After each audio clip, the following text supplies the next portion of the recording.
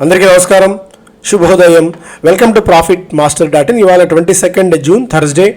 International మార్కెట్స్లో performance ఏ విధంగా ఉంది, మేజర్గా మన మార్కెట్స్ మీద ఎలాంటి ఇంపాక్ట్ ఉండే అవకాశం చూద్దాం. Except KOSPI, most of the markets అన్నీ కూడా బలహీనంగా ట్రేడ్ అవుతున్నాయి. లైక్ హాంకాంగ్ 2%, షాంఘై 1.3%, నికాయ్ 0.3% మీద నష్టపోగా కాస్పీ మాత్రం ఫ్లాట్గా ఆర్ పాజిటివ్ బయాస్తో 0.3% లాభాలతో కొనసాగుతోంది. అండ్ లాస్ట్ ట్రేడింగ్ సెషన్ రోజున మనం అమెరికన్ మార్కెట్స్ చూస్తే stock futures are flat after a 3-day closing streak. వరుస 3 రోజుల నష్టాల తర్వాత మార్కెట్స్లో కొద్దిగా మనకి ఇప్పుడు యాజ్ ఆఫ్ నో ఫ్యూచర్స్ ఫ్లాట్గా ట్రేడ్ అవుతున్నాయి. బట్ స్టిల్ నిన్న మార్కెట్స్లో మాత్రం కొద్దిగా బలహీనత మనం చూసాం. నాస్డాక్ 1.2%, S&P 500 0.5%, డౌ జోన్స్ కూడా 0.25% పైగా నష్టాలతో ముగిసింది. క్రూడ్ పరంగా చూస్తేనేమో బ్రెంట్ క్రూడ్ $77 స్థాయికి చేరుకుంది. మెల్లిమెల్లిగా $75 నుంచి బలం పుంజుకుంటూ ముందుకు వెళ్తోంది. ఆయిల్, గోల్డ్ $1943 దగ్గర యాజ్ ఆఫ్ నో ట్రేడ్ అవుతుంది. 3 నెలల కనిష్ట స్థాయికి గోల్డ్ దిగి వచ్చింది పవెల్ రిమార్క్స్ కారణంగా.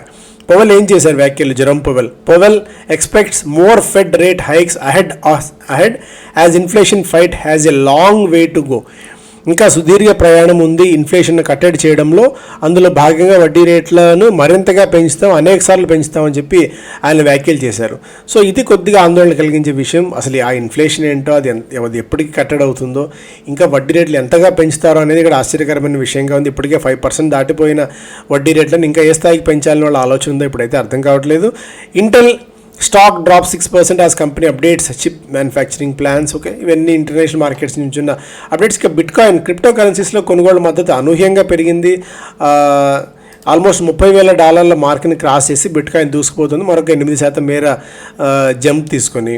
ETF న్యూస్ ఒకటి ఉంది, దానివల్ల స్టాక్ దానివల్ల ఈ క్రిప్టో కరెన్సీలో బయింగ్ వస్తుంది అని చెప్పి న్యూస్ ఇది. బట్ స్పెసిఫిక్గా న్యూస్ ఏంటనేది నేను కూడా అంతగా ఫాలో అయితే కాలేదు.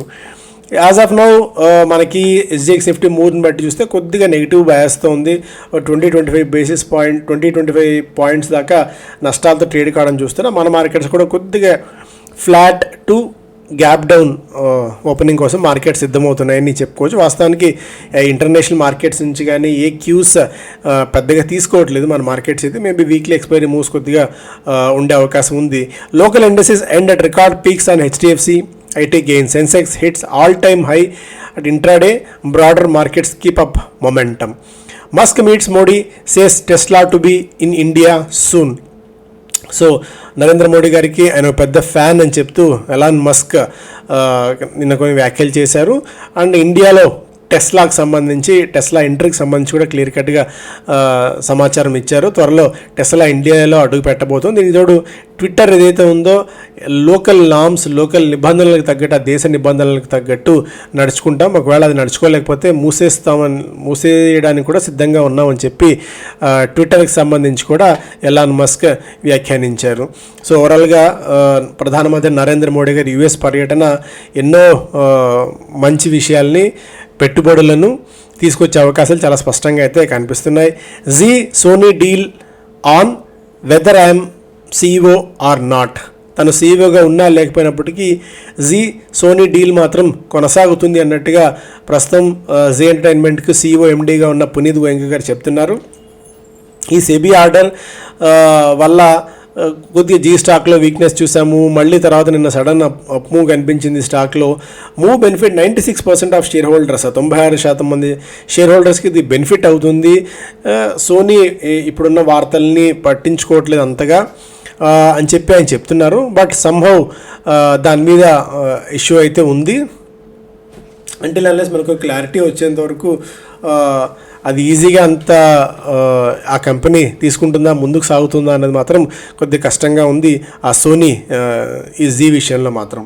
And El Nino likely to hit rabi crops, hottest summer predicted next year. So వచ్చే ఏడాది కూడా విపరీతమైన, ఇప్పుడు ఉన్నదానికంటే మరింత ఎండలు ముదురుతాయి అన్నట్టుగా ఒక అప్డేట్ ఇక్కడ చూస్తున్నాం. ఎల్నినో అనేది రాబోతోంది. ఈసారి రబీ క్రాప్స్ని, నెక్స్ట్ ఇయర్ రబీ క్రాప్స్ని హిట్ చేయబోతుంది అనేది కూడా. IMD official sees weather pattern hitting winter rains to affect wheat and mustard. El Nino to arrive in June, August earlier than initially expected. IMD may lead to dip in rains this winter. ఈసారి వర్షాలు అంత గొప్పగా పడకపోవచ్చు అన్న ఒక భయాలు కూడా ఉన్నాయి. So మొత్తానికి ఇది కూడా కొద్దిగా కీన్గా అబ్జర్వ్ చేస్తున్నాం. ఒకవేళ హాట్ సమ్మర్ నెక్స్ట్ ఇయర్ ఉందంటే ఏ స్టాక్స్ని మనం రాడార్లో పెట్టుకోవాలో మనకు ఒక ఐడియా వచ్చే ఉంటుంది ఈ పాటికే. మాన్సూన్ వాచ్ చూస్తే ఓవరాల్గా ఇండియాలో రెయిన్ డెఫిషియన్సీ ఇప్పటివరకు ఉన్న డేటా ప్రకారం 33% తక్కువ డెఫిషియన్సీ అయితే ఉంది వర్షాలు పడాల్సిన దానికంటే. కాకపోతే నెంబర్ కంటే ఇంకా ఎక్కువ అంటే ఓవరాల్గా ఇండియా పరంగా చూస్తే. బట్ స్పెసిఫిక్గా చూస్తేనేమో సౌత్లో -58%, సెంట్రల్ ఇండియాలో -16% దాకా రెయిన్ఫాల్ నమోదు కావడం ఇక్కడ చూస్తున్నాము. బట్ కొద్దిగా వాతావరణంలో అయితే మార్పులు అయితే వస్తున్నాయి. Low operating profit may hurt Vedanta's ability to service debt. So డెట్ని తగ్గించుకోవడానికి వాళ్ళు చేసే ప్రయత్నాలు ఇబ్బందిగా మారబోతున్నాయి. తక్కువ ఆపరేటింగ్ ప్రాఫిట్ అనేది మరింత ఇబ్బందులకు గురి చేయబోతోంది. Interest cost also weigh as interest coverage ratio falls to 8.2 times last physical. So ఇవన్నీ ఒక ఎత్తు, డెట్ పెరుగుతూనే ఉంది. ఈ పాయింట్ ఆఫ్ టైంలో 22% మేర ఇప్పటికీ వేదాంత ఎబిట్టా ఇప్పటికీ 22% మేర పెరిగింది. గ్రాస్ డెట్ దాదాపు 13,000 కోట్ల రూపాయల మార్క్ని చేరుకుంది. Temporary debt taken from Hindustan zinc నుంచి వాళ్ళు తాత్కాలికంగా అప్పులు కూడా తీసుకున్న సంగతి మనకు తెలుసు. అండ్ వాళ్ళ తమిళనాడు ప్లాంట్ని కూడా విక్రయానికి పెట్టారన్న వార్త ఉంది, అది కూడా చూద్దాం. PTC India financial services CMD Pawan Singh sent on leave. ఎందుకంటే కార్పొరేట్ గవర్నెన్స్ ఇష్యూస్ కారణంగా పీటీసీ ఇండియా ఫైనాన్షియల్ సర్వీసెస్ CMDని లీవ్ మీద పంపించింది గవర్నమెంట్. సెబీ 135 కంపెనీస్ని మార్కెట్ నుంచి యాక్సెస్ చేయకుండా నిషేధాలు అండ్ దాని మీద నియంత్రణ విధించింది. మ్యానిపులేషన్ చేస్తున్నారు. సో ఇలాంటి స్టాక్స్, SMS బేస్డ్ స్టాక్స్, యూట్యూబ్లో చెప్పే స్టాక్స్ జనాల జీవితాలను ఎంతగా నాశనం చేశాయో మనం గతంలో అనేక సందర్భాల్లో దీని గురించి మాట్లాడుకున్నాం. పాతగా అంటే మార్కెట్లో ఎప్పటి నుంచో ఉన్న వాళ్ళకి ఇవన్నీ తెలుసు. డబ్బులు పోగొట్టుకున్నారు, చేతులు కాల్చుకున్నారు, బట్ అవగాహన వచ్చింది. బట్ రీటైల్ ఇన్వెస్టర్స్ ఈ మధ్య వచ్చిన వాళ్ళు SMSని ప్లస్ యూట్యూబ్ ఛానల్స్లో చెప్తున్న వాళ్ళని, కొంతమంది ఇన్ఫ్లుయెన్సర్స్ని నమ్మి పుట్టి మునిగిపోయిన సంగతి మనకు తెలుసు. ఇప్పుడు తాజాగా ఒక 5 కంపెనీస్ మీద రెఫర్ చేస్తూ Maurya Udyog, 7NR retail, Darjeeling ropeway, GPL industries, Vishal fabrics ఈ కంపెనీస్ SMSL ద్వారా ఈ రికమెండేషన్స్ పంపించి భారీ టార్గెట్లు వాటి గురించి పెట్టి ఆ ముందున్న వాళ్ళు ప్రమోటర్లు కూడా కొంతమంది బ్రోకర్స్తో హ్యాండింగ్లో అయిపోయి వాళ్ళు అమ్ముకొని బయటపడడం, రీటైల్ ఇన్వెస్టర్స్ ఇరుక్కుపోవడం అనేది ఇక్కడ చూస్తున్నాము. సో అందువల్ల కొద్దిగా జాగ్రత్తగా ఉండాలి. ఇలాంటి స్పెసిఫిక్గా SMSలో ఏదైనా స్టాక్ వస్తుంది ఆర్ఎల్స్ యూట్యూబ్ చార్ట్ హిస్టరీలో కూడా పదే కొన్ని స్టాక్స్ గురించి ఊరికే జనాలు మాట్లాడుతున్నారు అంటే ఏదో వెస్టెడ్ ఇంట్రెస్ట్ ఉంటే తప్ప అది జరగదు అన్న సంగతి మనం గుర్తుపెట్టుకోవాలి. ఎక్కువ మంది మాట్లాడుతున్నారంటే మనం దాని నుంచి బయటపడాలి. PNB housing finance plans A comeback in wholesale segment to restrict loan sizes, avoid balance sheet lending. So ఇక్కడ PNB హౌసింగ్ ఫైనాన్స్ మళ్ళీ పూర్వవైభవం తెచ్చుకోవడానికి ప్రయత్నాల్లో ఉంది అన్నట్టుగా ఒక వార్త ఇక్కడ చూస్తున్నాం. And HDFC AMC Shriram finance likely to rise more after big investors exit. ఇక్కడ పెద్ద ఇన్వెస్టర్లు ఎగ్జిట్ అయ్యారు. Like Piramal enterprises sell entire stake in Shriram finance. Aberdeen కూడా HDFC AMC నుంచి బయటకు వచ్చింది. కొద్దిగా మనకి లిక్విడిటీ పాయింట్ ఆఫ్ వ్యూలో కూడా స్టాక్స్ అందుబాటులోకి వస్తాయి. స్టాక్స్ ఇక్కడి నుంచి కూడా కొద్దిగా పెరిగే అవకాశం ఉంది. ఎందుకంటే శ్రీరామ్ ఫైనాన్స్ లాంగ్ 2 ఏళ్ల కన్సాలిడేషన్ ఫేజ్ నుంచి దాటి బయటపడింది. స్టాక్ 1850 ఆ లెవెల్స్ దగ్గర కొద్దిగా బ్రేక్ పడే అవకాశం ఉంది అని చెప్పి టెక్నికల్ అనలిస్టులు భావిస్తున్నారు. శ్రీరామ్ ఫైనాన్స్లో 1600-1650 ఆ రేంజ్కి వస్తే మళ్ళీ కొనుగోలు చేసి దాన్ని స్టాక్ని హోల్డ్ చేసుకోవచ్చు లాంగ్ టర్మ్ కోసం అని చెప్పి. అదే HDFC AMC 2250 లెవెల్స్ దాకా వెళ్ళే అవకాశం ఉంది.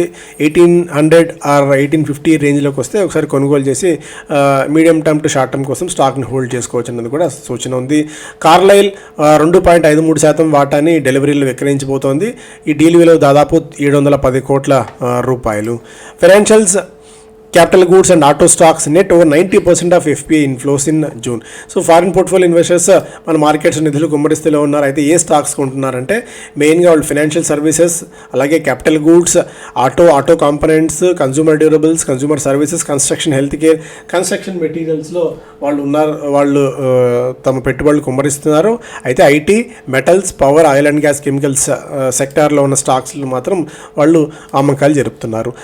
డ్రోన్ తయారీ కంపెనీ ఐడియా ఫోర్జ్ IPOకి రాబోతుంది. జూన్ 26 తేదీ ఖరారు చేశారు. 638, 672 రూపాయల మధ్య ప్రైస్ బ్యాండ్ ఖరారు చేసింది.